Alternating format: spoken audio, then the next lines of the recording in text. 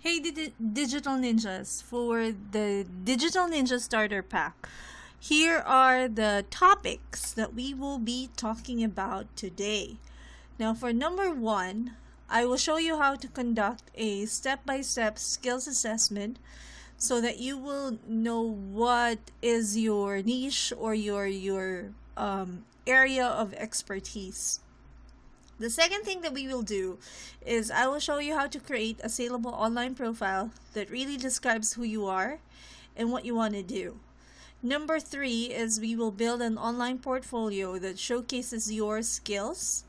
Number four, I will show you how to create cover letters with my tried and tested templates to get you the job that you have really been aiming for online. And number five is we will conduct mock-up interviews, or I will give you frequently asked questions the client asks so that you will know how to answer them correctly. So let's move on. Moving on. Before we go any further though, let me first discuss with you what a virtual assistant is.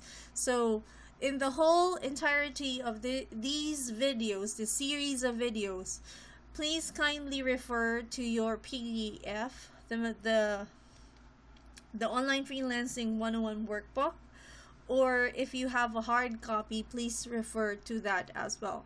I will mention the page numbers as we go along so that you would not be confused.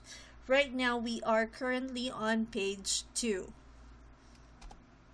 Alright, so according to Wikipedia, a virtual assistant, typically abbreviated to VA, also called a virtual office assistant, is generally self-employed and provides professional, administrative, technical, or creative social assistance to clients remotely from a home office.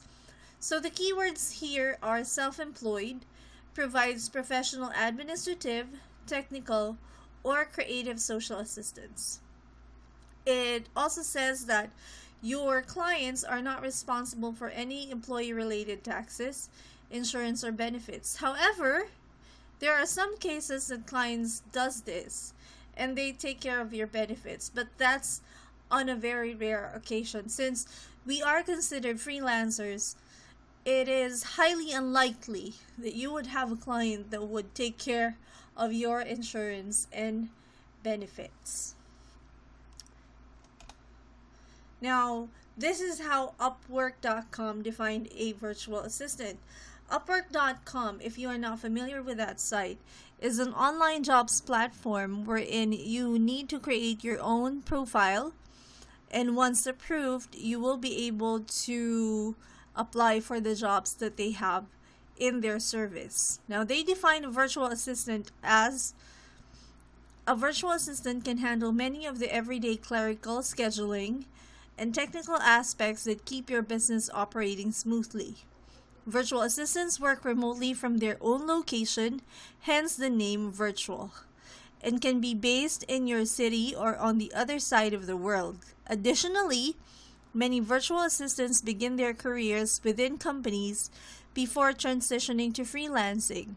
While there are professionals available for tasks like data entry and call center work, others may hold advanced degrees and have extensive business credentials. So that's how Upwork defined virtual assistants. Now, this is how Entrepreneur Magazine defined it.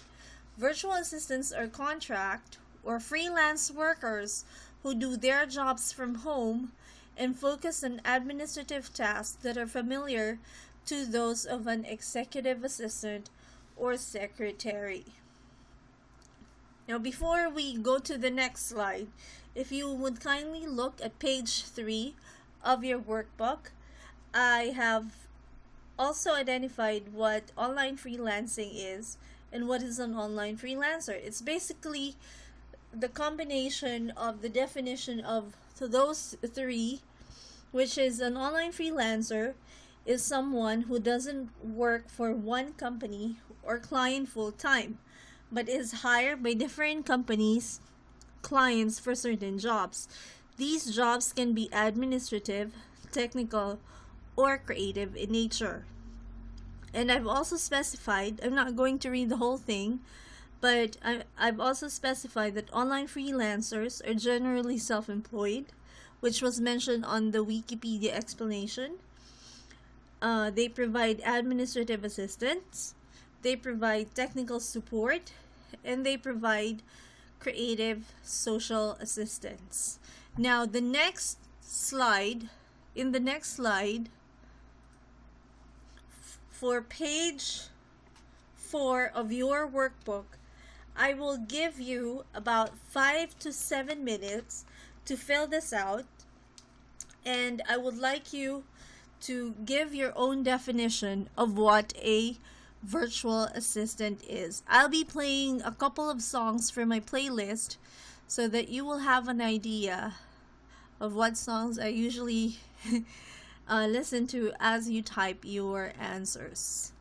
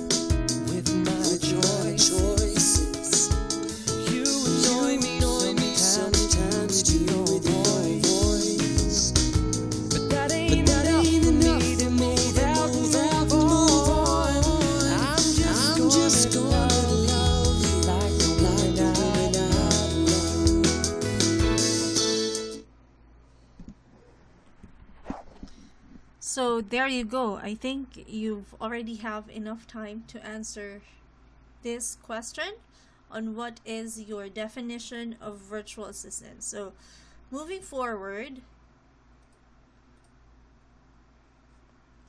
now I want you to concentrate on this flowchart right here. There are the three words that you've already heard from the definitions that we've mentioned earlier, which is administrative, technical, and creative. Now you're seeing that they're in a sort of wheel because all three work together for you to be able to have an online freelancer career. Now it could be that sometimes you would be more concentrated in doing administrative work, but you would still be able to be required to do a little bit of technical and creative. Or maybe you would be more inclined to do creative work, but there would still be times where you would do administrative or technical, and same goes with the technical part of things. So all three work together for you to be able to have an online freelancer career. Here's the thing. We are now on page 5 of your workbook. And here is what I've summarized the administrative task. So I've put it into 4 columns wherein I will describe each and every one of them to you. And here it goes. Now for the first column, which is general administrative, this is basically self-explanatory. And this is general stuff like research, wherein a client would ask you to research some information for them. It could be the number of restaurants in a particular area, their telephone number or their email address, and that would be the research. The data entry is putting that information into a spreadsheet. Now for research, the client would ask you to look for example all of the Italian restaurants in Quezon City. Now that is your research. Now the data entry is for you to put all of those restaurants, their names, their email addresses, their website, and their telephone number in a spreadsheet. Now that is data entry. Now email management is when you're given an email address or when a client gives you access to their email and you sort their email and remove the spam. You sort which is more important, which is the emails that needs to be taken care of immediately, and which are the emails that can wait since your client could be currently on a meeting or could be busy. So that's email management. Document preparation is when your client would ask you to prepare a Word document for them, like for example a project proposal or a contract or a letter. That's document preparation.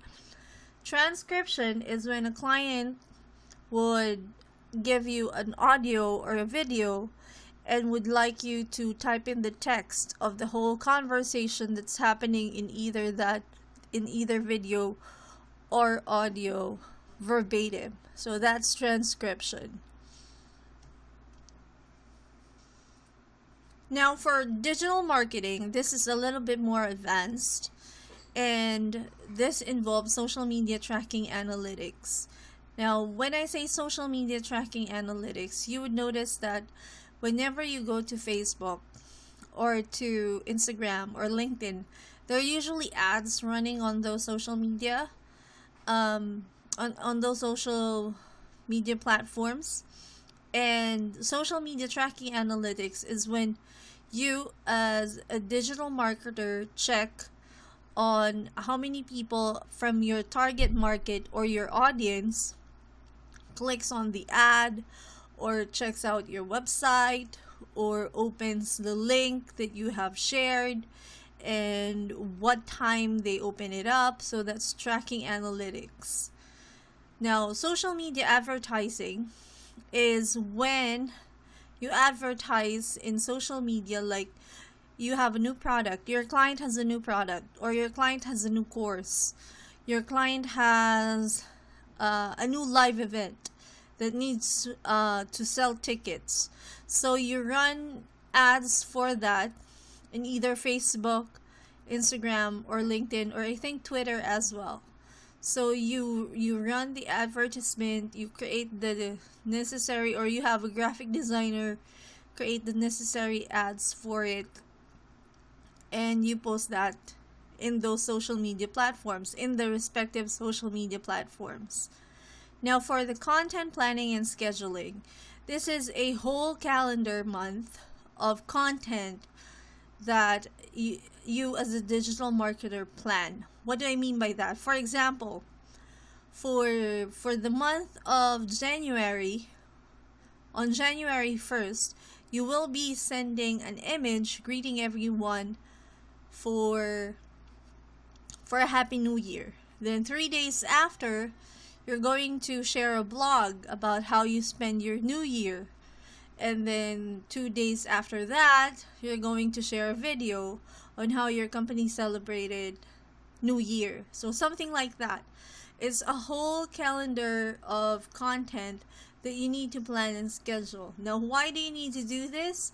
Because if you just share pictures over and over, or video over and over, your audience will be bored and they may not follow you anymore, and your content will be redundant.